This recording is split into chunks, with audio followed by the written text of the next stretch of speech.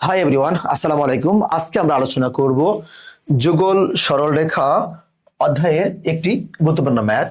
শুরুতেই আমরা আমাদের প্রশ্নটি খেয়াল করি।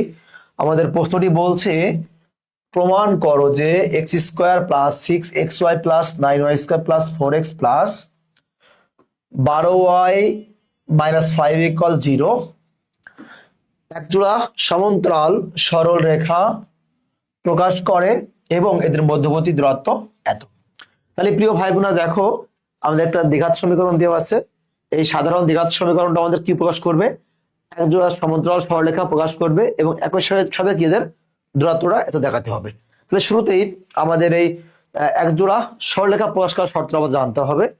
আমরা জানি একজোড়া সরলরেখা প্রকাশ করার শর্ত হচ্ছে, আমরা কি জানি, del equal A B C plus 2f(g(h) minus af² minus bg² কি মাইনাস ch²।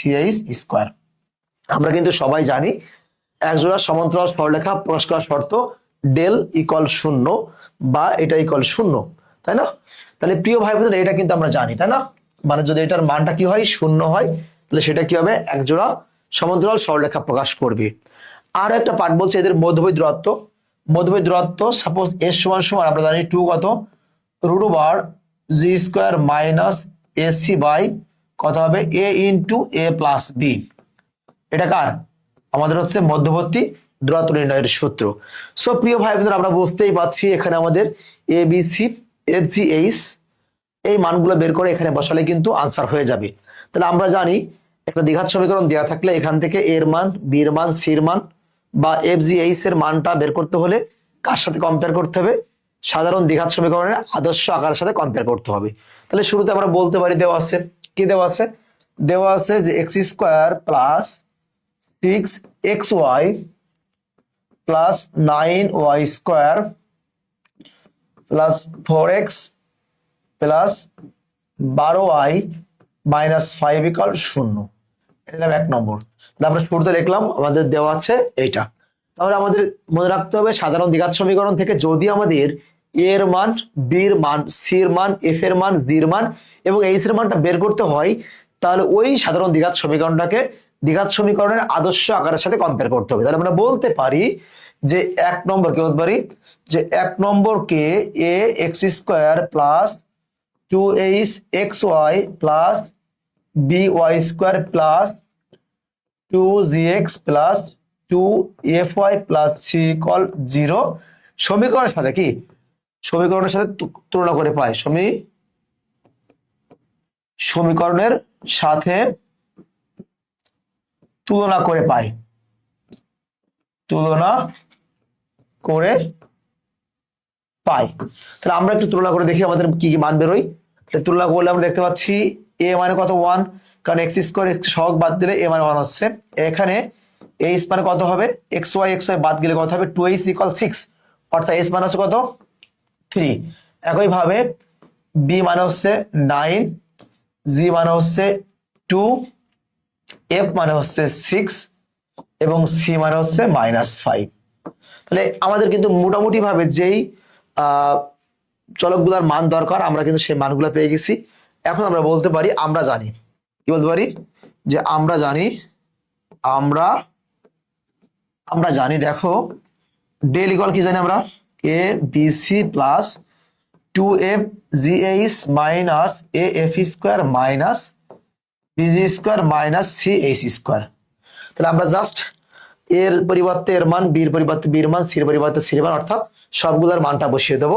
তাহলে আমরা দেখতে পাচ্ছি a মানে হচ্ছে 1, b মানে হচ্ছে 9, c মানে হচ্ছে -5 প্লাস 2, f মানে 6, h মানে হচ্ছে 3 মাইনাস a মানে হচ্ছে 1, f মানে হচ্ছে 6, তাহলে f² মাইনাস b মানে 9, g মানে কত? 2 তার স্কোয়ার, c মানে হচ্ছে -5, h মানে 3 তার স্কোয়ার। এটা ক্যালকুলেশন করলে আমাদের 0 হবে। 0 হলে আমরা কি বলতে পারবো? একজোড়া সমান্তরাল সরলরেখা প্রকাশ করতে। আমরা ক্যালকুলেশন করে দেখি। 5 নং কত হচ্ছে?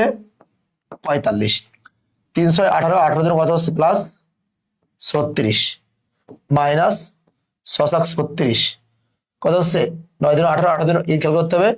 4 4 নং কত হচ্ছে? 36 মাইনাস কি হয় প্লাস 9 5 না কত হচ্ছে 45। তাহলে আমরা একটু এখানে কোথাও কি ক্যালকুলেশনে ভুল গেছে কিনা আমাদের একটু দেখতে হবে। এ বি সি প্লাস 2FGH, তাহলে 2F মানে কত, F মানে 6 আর H মানে 3 আর G এর মানটা কত, আমাদের G এর মানটা কিন্তু 2 ছিল।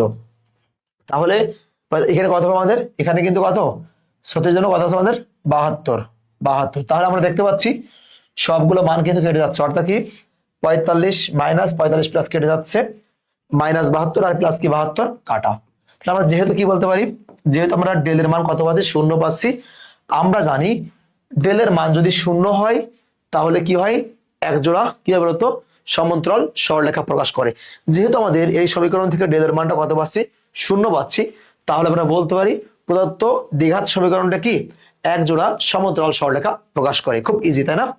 এখন আমাদের দ্বিতীয় পার্ট রয়েছে যে কি এদের মধ্যবর্তী দূরত্ব এত। তাহলে আমরা বলতে পারি কি আমরা জানি, কি বলতে পারি যে আমরা জানি, দেখো আমরা জানি দূরত্ব, আমরা জানি দূরত্ব বা এস মানে কত 2√over কত G square minus AC by কত A into A plus B. তাহলে আমরা জাস্ট মানগুলো বসাবো, 2 জায়গায় 2 আর জি স্কোয়ার মানে কত 2 তার স্কোয়ার মানে হচ্ছে কত 4 মাইনাস 1 ইন্টু কত -5 বাই হচ্ছে 1 ইন্টু 1 প্লাস 9, জাস্ট মান বসাচ্ছি। ওকে, তাহলে এটা হচ্ছে কত 2 আর -5 আর এই 5 মাইনাস কত প্লাস 9, তাই 9 মানে কত √9 মানে হচ্ছে 3 বাই হচ্ছে 10।